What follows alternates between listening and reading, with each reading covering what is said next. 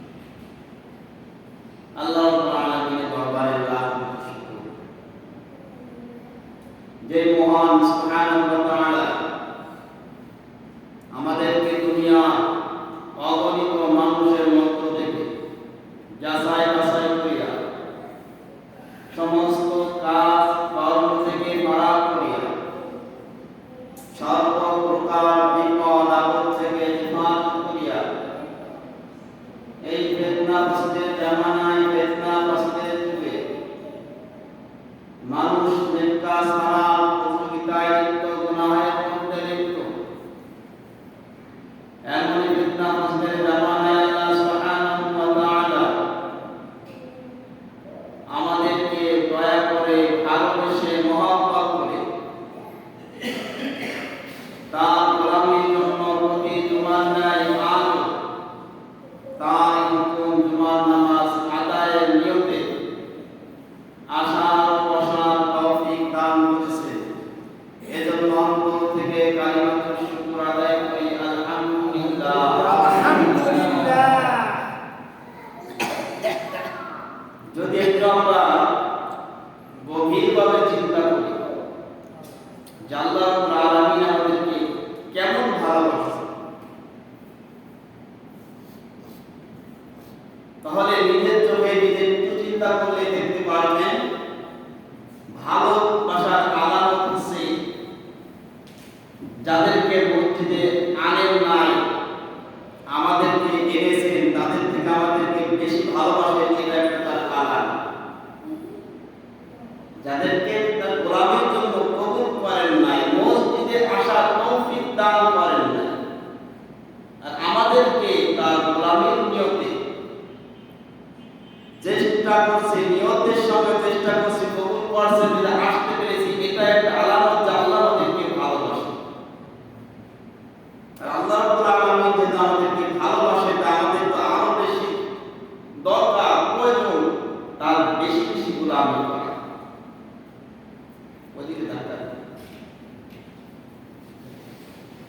কারণ আল্লাহ রাব্বুল আলামিন যদি আমাদেরকে বিনা স্বার্থে ভালোবাসতে পারেন, আমরা তো আমাদের স্বার্থের জন্য হলে আল্লাহকে ভালোবাসতে হবে, ঠিক কিনা? মানুষ স্বার্থ ছাড়া বুঝে না, কিন্তু আমাদের স্বার্থের জন্য আমরা আল্লাহকে ভালোবাসি, আমাদের স্বার্থের জন্য আমরা আল্লাহর হুকুম পালন করব, আমাদের স্বার্থের জন্য আল্লাহ যেটা নিষেধ করেছে ওটা থেকে বিরত থাকব। এটা আমাদের স্বার্থ, এটার প্রতি অন্যের কোনো লাভ নাই, আল্লাহর কোনো লাভ নাই। লাভ যদি হয় বান্দার হবে, লস যদি হয় বান্দার হবে। এজন্য নিজের স্বার্থের জন্য হলেও কি বেশি ইনশাআল্লাহ কি করা হবে, আল্লাহ রাব্বুল আলামিন আমাদেরকে দয়া করছেন বিদায় তার গোলামি করার নিয়তে আসার তৌফিক প্রাপ্ত হয়েছে।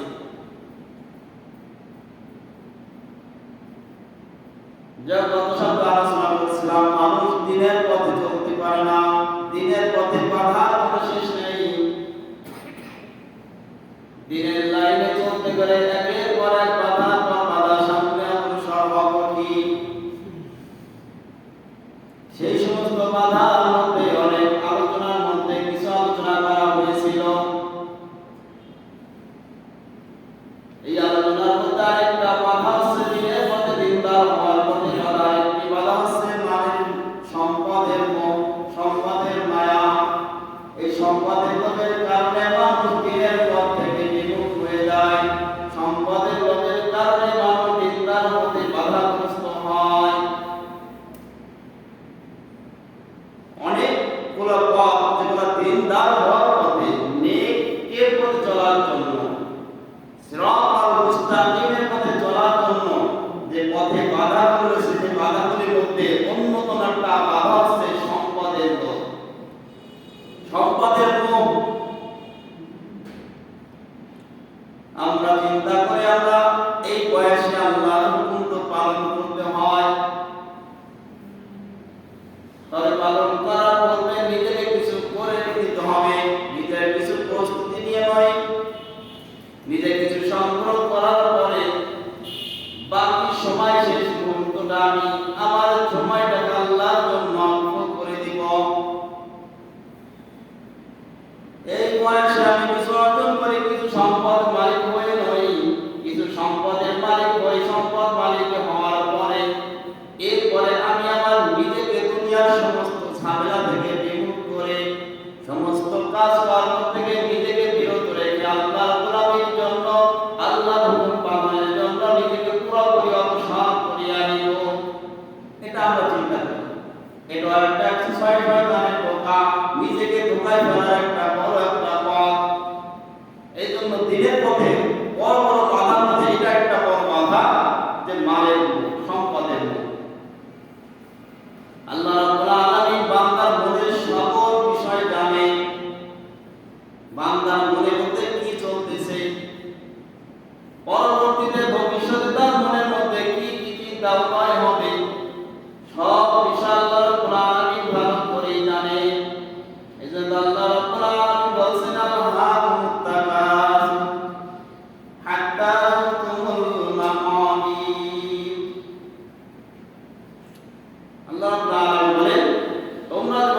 সম্পদ করা এবং আরো সম্পদের প্রতিযোগিতা তোমাদেরকে দিন থেকে গাফেল করে রেখেছে। এটা আল্লাহ তাআলা নিজে বলছেন যে আমাদেরকে কি সম্পদের প্রতিযোগিতা, সম্পদ বৃদ্ধির চিন্তা চেতনা তোমাদের ভিতর থেকে এটা কোনো শীতকাল কমবে না। এই চিন্তা তোমাদেরকে দিন থেকে তোমাদেরকে গাফেল করে রেখেছে। এই চেতনা তোমাদেরকে আল্লাহর হুকুম পালন করার ক্ষেত্রে, আল্লাহর গোলামি করার ক্ষেত্রে বড় বাধা হয়ে দাঁড়িয়েছে। মনে মনে চিন্তা করে কিছু সম্পদের মালিক হই, সম্পদের মালিক হওয়ার পরে বসে বসে অবসর সময় নিব, সন্তানাদি গুলা কিছু প্রতিষ্ঠিত হয়ে গেল, সকল সন্তান যখন প্রতিষ্ঠিত হয়ে যাবে আমি অবসর নিয়ে আমি আমার বাকি সময়টা আল্লাহর জন্য অবসর করিয়া নিব, আল্লাহ ইবাদতের জন্য নিজেকে পরিপূর্ণ একেবারে গুছিয়ে সাজিয়ে নিব। আল্লাহ বলেছেন হবে না হাত্তা সুতুমুল মাকামি। আল্লাহ মনে করে জানেন বান্দার মনে কি সামনে হবে। আল্লাহ রাসূল সাল্লাল্লাহু আলাইহি ওয়াসাল্লাম বলেন লাউ কানা লিবনি আদম ওয়ালিয়াম মিন যাহাবিন লা হাব্বা ইয়াকুনা লাহু সানিয়া ওয়ালা ইয়ামলা ফাহু ইল্লা তুরাব। যদি কোন মানুষের জন্য এক উপত্যকা স্বর্ণে হয়ে যায়, কোন মানুষের জন্য এক উপত্যকা যদি স্বর্ণ হয়ে যায়, অর্থাৎ দুটি পাহাড়ের মধ্যবর্তী স্থান, এই দুটি পাহাড়ের মধ্যবর্তী স্থান যদি স্বর্ণ দিয়ে ভরে দেওয়া হয়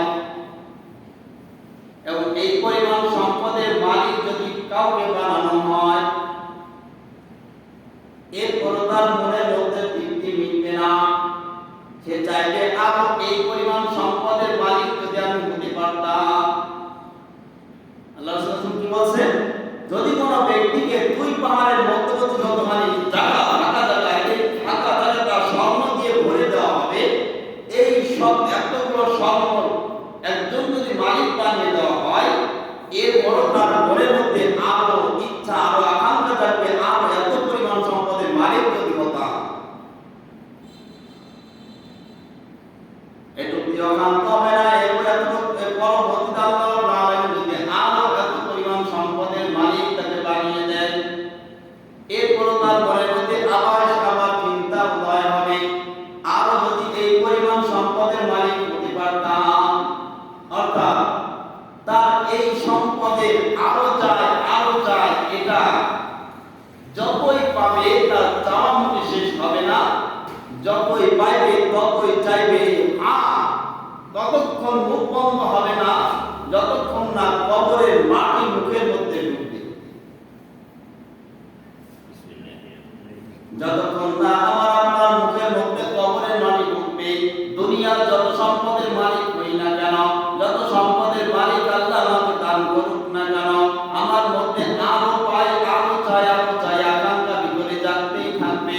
মানুষ যত বৃদ্ধ হয় তার মনের মধ্যে তার ভিতরে দুটা বিষয় জোয়ান হতে থাকে।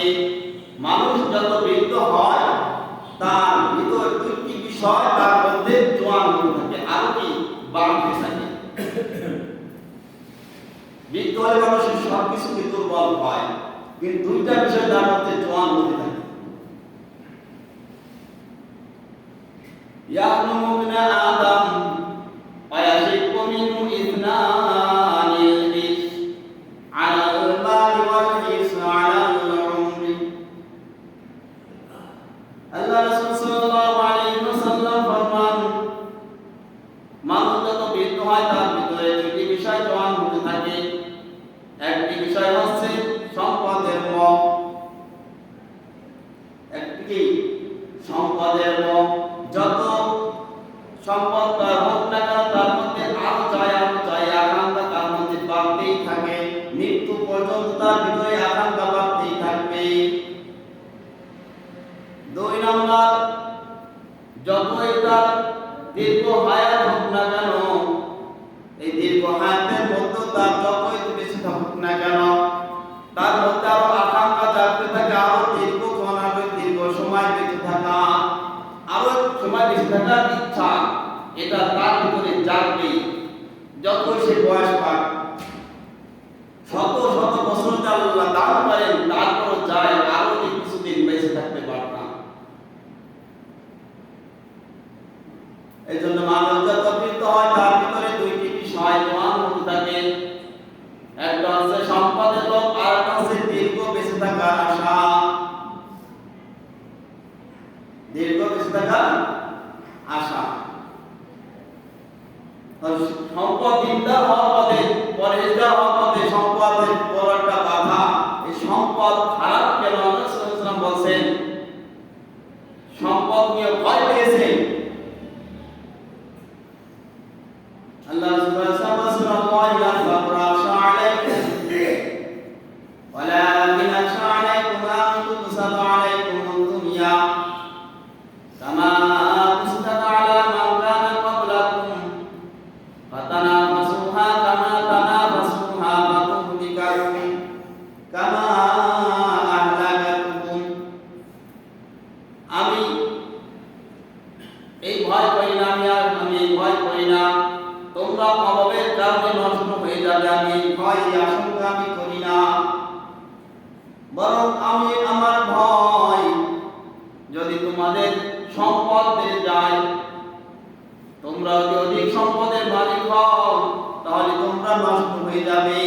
যেমন পূর্ববর্তী উম্মতেরা সম্পদের কারণে ধ্বংস হয়ে গিয়েছিল। বলা হয়েছে সম্পদ কম, এই কম সম্পদের কারণে আমরা যে নষ্ট হয়ে যাবো এই আশঙ্কা আল্লাহ রাসূল সাল্লাল্লাহু আলাইহি ওয়াসাল্লাম আমাদেরকে নিয়ে করেন নাই। আমাদের নিয়ে ভয় পেয়েছেন সম্পদটা আমাদের বেড়ে যায়। এই সম্পদ বেড়ে যাওয়ার কারণে আমরা কি, যেমন পূর্ববর্তী নবীদের উম্মতরা যে ওই সম্পদের কারণে ধ্বংস হয়েছে, আমরা না জানি সেই সম্পদের কারণে ধ্বংস হয়ে যায়। এই জন্য আল্লাহ রাসূল সাল্লাল্লাহু আলাইহি ওয়াসাল্লাম সম্পদ থেকে ভয় পেতেন যে আমার উম্মত সম্পদের কারণে নষ্ট না হয়ে যায়, ধ্বংস না হয়ে যায়। যাই হোক, সম্পদ তো মানুষের প্রয়োজনীয়, নিত্য প্রয়োজনীয়। দুনিয়াতে বেঁচে থাকার জন্য কিছু না কিছু সম্পদের প্রয়োজন। এই সম্পদ কেমন প্রয়োজন? সম্পদের উপমা দিয়ে মাওলানা রুমি রাহমাতুল্লাহি তাআলা কিতাবের মধ্যে লিখেছেন, মানুষ আর নৌকার সঙ্গে একটা উপমা দিয়েছেন। মানুষ আর নৌকার মধ্যে একটা উপমা দিয়েছেন। নৌকা চলার জন্য পানির প্রয়োজন, মানুষ চলার জন্য সম্পদের প্রয়োজন। আবে আমদার জিজে কিস্তি কুস্তিয়াস, আবে আমদার জিজে কিস্তি কুস্তিয়াস, আবে দর কিস্তি হাকে কিস্তিয়াস। বলা হয়েছে নৌকা চলার জন্য পানির প্রয়োজন। এই নৌকার নিচে এবং পাশে যতক্ষণ পানি থাকবে ততক্ষণ নৌকাটা ভালো থাকবে, ততক্ষণ নৌকা কি ভালো থাকবে, উপকারে আসবে। এই পানি যখন নৌকার তল থেকে, নৌকার পাশ থেকে পানি যখন নৌকার ভিতরে ঢুকে যাবে, পানি যখন নৌকার ভিতরে প্রবেশ করবে, নৌকা ভালো থাকবে না, নৌকা নষ্ট হয়ে যাবে, নৌকা ধ্বংসের কারণ হয়ে যাবে। ঠিক কিনা? নৌকার যদি পানি প্রবেশ করে, নৌকা কি আর সচল থাকে? নৌকার ক্ষমতা শেষ। নৌকার দ্বারা কাজ হয়তো সেই কাজ সব হয়ে যাবে, নৌকায় ধ্বংস হয়ে যাবে পানি যদি নৌকার ভিতরে প্রবেশ করে। দুনিয়াতে বেঁচে থাকার জন্য ইমানের সাথে বাঁচতে হলেও সম্পদের কিছু প্রয়োজন। তবে জীবন্তরের মধ্যে সম্পদের ভিতরে প্রবেশ করানো যাবে না। আল্লাহ রাব্বুল আলামিন বলেন, ফাইদা কুদিয়াতিস সালাতু ফান্তাশিরু ফিল আরদ ওয়াবতাগু মিন ফাদলিল্লাহ। তোমরা তোমাদের যখন নামাজ শেষ হয়ে যায়, নামাজ থেকে যখন ফারিগ হয়ে যাও, তোমরা তখন সম্পদ অনুসন্ধানের জন্য ছড়িয়ে পড়ো। আল্লাহ রাব্বুল আলামিন বলেন, যখন আল্লাহর হুকুম, নামাজ আমরা পড়লাম, আদায় করলাম, নামাজ থেকে ফারেক হওয়ার পরে আমরা দুনিয়ার জমিনে ছড়াই করব সম্পদ অনুসন্ধানের জন্য। ব্যবসার মাধ্যমে হোক, চাকরির মাধ্যমে হোক, কৃষি কাজ কর্মের মাধ্যমে হোক, যেভাবে হোক না কেন হালাল ভাবে তোমরা কি করো? সম্পদ অন্বেষণ করতে নেমে যাও। আল্লাহ রাসূল সাল্লাল্লাহু আলাইহি ওয়াসাল্লাম ফরমান, কাসবুল হালাল ফারিদা বা'দাল ফারিদা, হালাল উপার্জন করা এটা একটা ফরজ। হালাল উপার্জন করা এটা একটা ফরজ, এটা একটা ইবাদত। আল্লাহ রাব্বুল আলামিন বলেন, নামাজ থেকে ফারেক হয়েছে, তোমরা এখন সম্পদ অনুসন্ধানে কি করো? ছড়িয়ে পড়ো। আর আল্লাহ রাসূল বলেন, হালাল ভাবে অর্থ উপার্জন করা এটা একটা ফরজ। তাহলে ফরজ যদি হয়, এটা একটা নেক আমল। এই জন্য হালাল ভাবে সম্পদ, যতই আমি সম্পদের মালিক হই না কেন, এটা দর্শনীয় নয়, এটা উত্তম। হালাল ভাবে সম্পদ উপার্জন করতে হলে হালাল ভাবে সম্পদ উপার্জন করবো, এটা আমার জন্য একটা ইবাদত।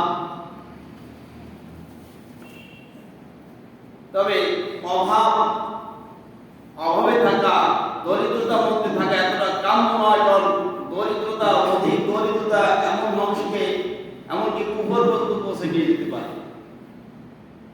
এজন্য আল্লাহ রাসূলুল্লাহ সাল্লাল্লাহু আলাইহি ওয়াসাল্লাম কাদাল ফাকরা ইয়াকুনা কুফরা, খুব বেশি অভাব মানুষকে কুফর পর্যন্ত নিয়ে যেতে পারে। খুব বেশি অভাব মানুষকে কুফর পর্যন্ত নিয়ে যেতে পারে। সে মুসলমান থেকে সে কি হয়ে যেতে পারে? ছিটকে গিয়ে বেঈমান হয়ে যেতে পারে। এজন্য বেশি দেখতে পারে যে অভাব থাকতে হবে এটা নয়, আর বেশি অভাব কাম্য করা নয়, করতে নাই। যেহেতু অধিক অভাব মানুষকে অনেক সময় কুফর পর্যন্ত নিয়ে যেতে পারে। আর যখন সে কুফরি করে বিনা তওবায় মৃত্যুবরণ করবে, তার জন্য তো বিনা হিসেবে জাহান্নাম, বিনা হিসেবে জাহান্নাম।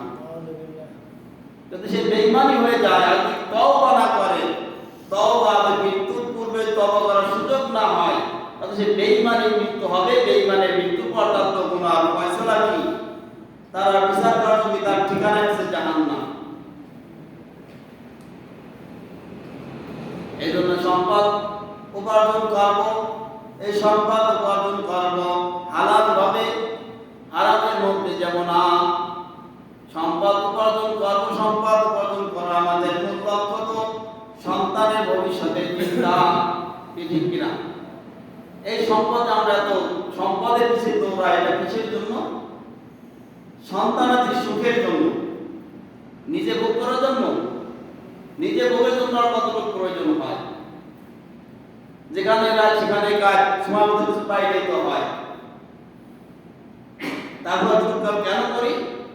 আমি যদি বলে যাই আমার সন্তানরা যেন সুখে শান্তিতে থাকতে পারে, অন্যের কাছে হাত পাততে না হয়, অন্যের কাছে যেন নত না হতে হয়, এই আশায় তো সন্তানের একটা সুখের চিন্তায়, সন্তানের ভবিষ্যতের ভালো চিন্তা করে আমরা কি করি? প্রয়োজন হলেও না হলেও, নিজের প্রয়োজন না হলেও আমরা কষ্ট পরিশ্রম করি, সম্পদের পিছনে দৌড়াই। দৌড়ানো দোষণীয় নয়। সম্পদের অর্জন করা যদি হালাল ভাবে, যতই সম্পদের মালিক আমি হই না কেন, এটা দোষণীয় নয়। আল্লাহ রাসূল সাল্লাল্লাহু আলাইহি ওয়াসাল্লাম বলেন, ইন্নাকা আনতাযরা ওয়ারাসাতাকা, ইন্নাকা আনতাযরা ওয়ারাসাতাকা তা'দিলু ফিল হায়াতিদ দুনিয়া আনতাযরাহুম আলাতান ইয়াতাফাক্কাহুনা আন-নাস, ইন্নাকা আনতাযরা ওয়ারাসাতাকা তা'দিলু আগনিয়া খায়রুম মিন ওয়া আনদারহুম আলাতা ইয়াতাফাক্কাহুনা আন-নাস। আমি এই পরিমাণ সম্পদ রেখে যাব যেন আমার মৃত্যুর পর আমার সন্তান অন্যের কাছে হাত পাততে না হয়। এটা রেখে যাওয়া আমার জন্য উত্তম। এটা যদি এই পরিমাণ সম্পদ যদি রেখে দিতে পারি, এটা আমার জন্য সওয়াবের কাজ। কিন্তু আমি যদি এই সম্পদ উপার্জন করলাম, যদি সম্পদ উপার্জন করার ক্ষেত্রে হালাল হারামে ধার ধারলাম না, হালাল হারামের বাদ বাছাই নাই, সম্পদ চাই, সম্পদের মালিক আমার হতে হবে। কেন? কারণ শুকরিয়া যদি না থাকে, কারণ আমার পাশে একজন তার হলো 10 তলা বিল্ডিং, আমার তো নাই, 5 তলাও নাই, তার আছে 10 টাকারই, আমার নাই একটাও, তাহলে আমার তো তার থেকে আমি অনেক ছোট রয়েছি।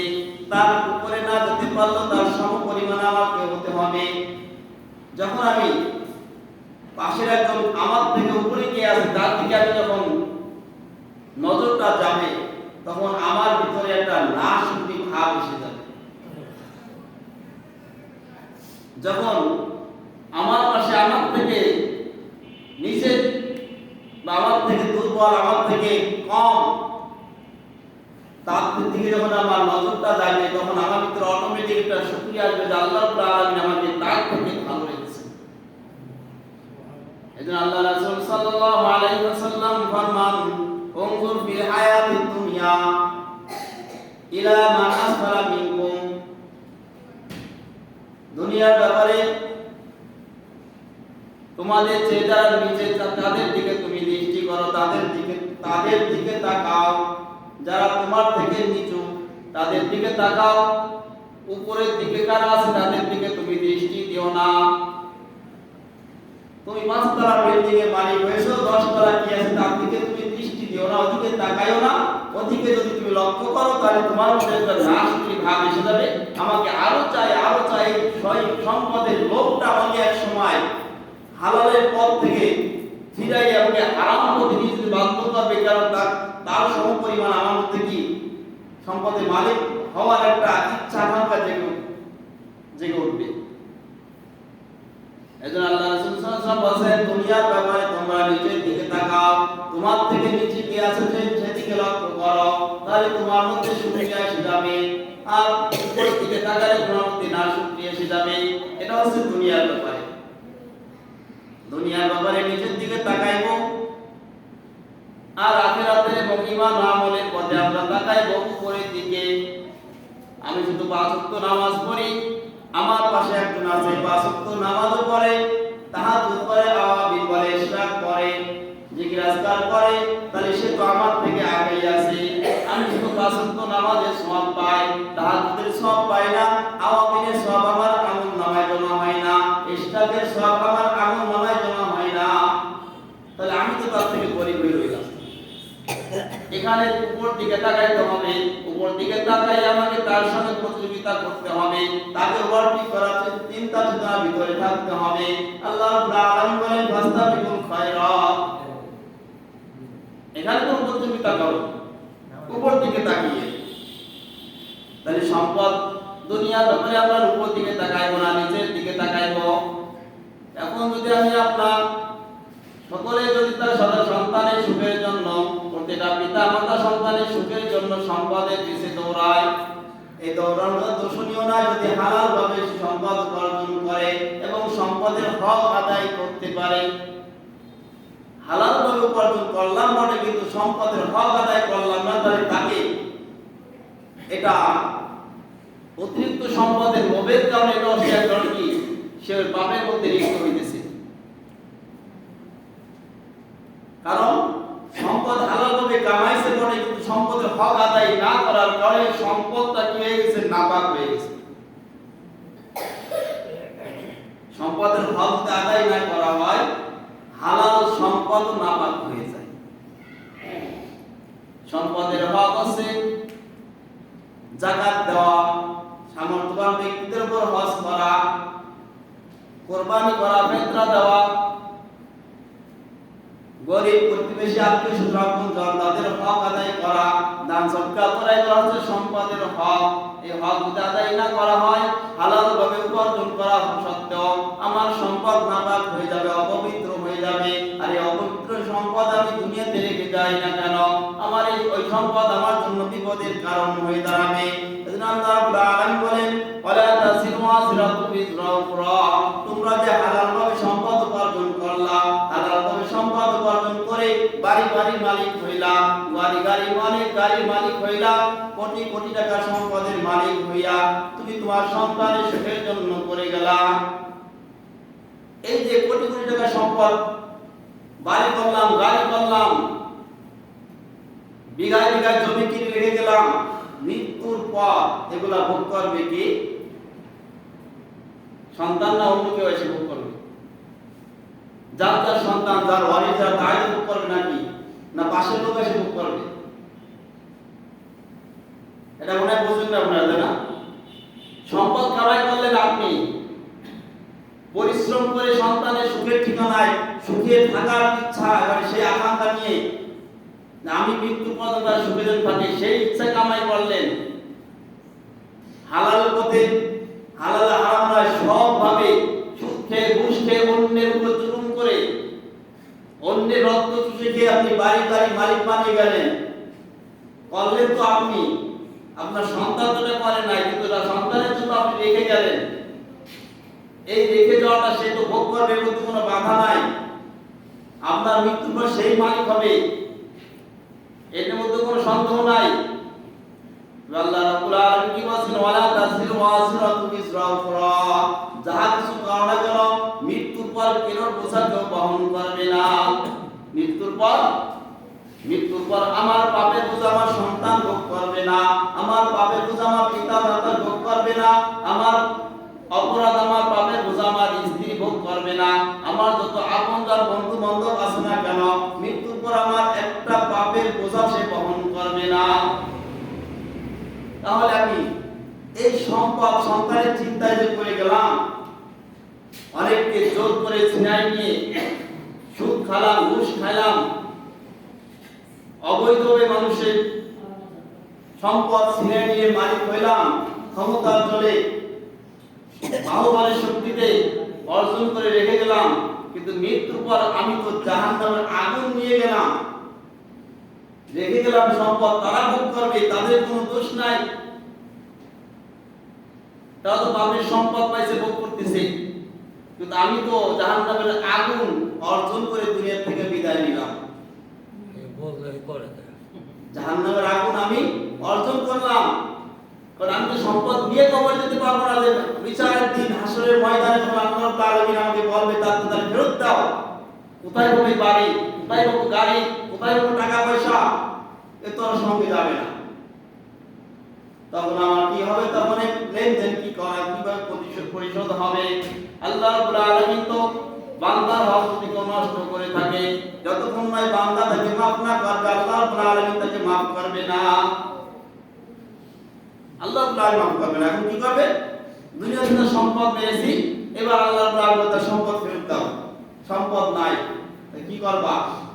তাহলে তোমার নেকি দিয়ে এটা পূরণ করো। গুনাহ তো দিবে না, কেউ গুনাহ বোঝা তো বহন করবে না। এখন যেহেতু দুনিয়াতে বাদ করেছি, এখন এটা কি হবে?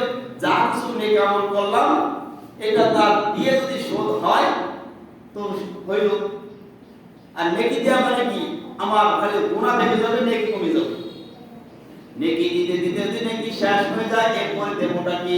গুনাহ তো নিবে না। এরপরে বলা হয় যদি নেকি আর না থাকে, দিনা যদি শোধ না হয়, পরিশোধ না হয়, এবার আল্লাহ রাব্বুল আলামিন বলবেন ওর ঘাড়ে যে পাপ আছে, যে পাপের বোঝা আছে, ওটা ওর ঘাড়ে চাপিয়ে দাও। এত সময় নেকি ছিল, নেকি দিয়ে শোধ করার চেষ্টা করছি, নেকি দিতে দিতে নেকিও নাই, পরিশোধ হয় নাই, তখন আমাকে অন্যের পাপের বোঝা আমার ঘাড়ে চাপিয়ে দেওয়া হবে। এইভাবে লেনদেন সমাধান করা হবে হাসরের ময়দানে, বিচারের দিন। তাহলে আমি সন্তানের চিন্তায় বাড়ি গাড়ি করার বিষয়ে দৌড়াইলাম, বাহুবলের শক্তিতে ক্ষমতার বল নিয়ে অর্জন করে রেখে গেলাম, ভক্ত সন্তান ঠিকই সুখী করতেছে, 10 তলা উপরে ঠান্ডা মাথায় ঘুমাইতেছে, 12 টাকা উড়ে দিচ্ছে, বাজার করে খাইতেছে, কোনো কাজকর্ম করা লাগে না, সুখে তার জীবন কাটতেছে।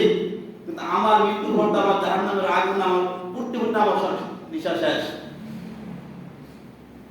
এজন্য হালাল ভাবে উপার্জন করব, হারাম পথে উপার্জন করব না। হালাল ভাবে উপার্জন করে সম্পদের হক আদায় করে যাব।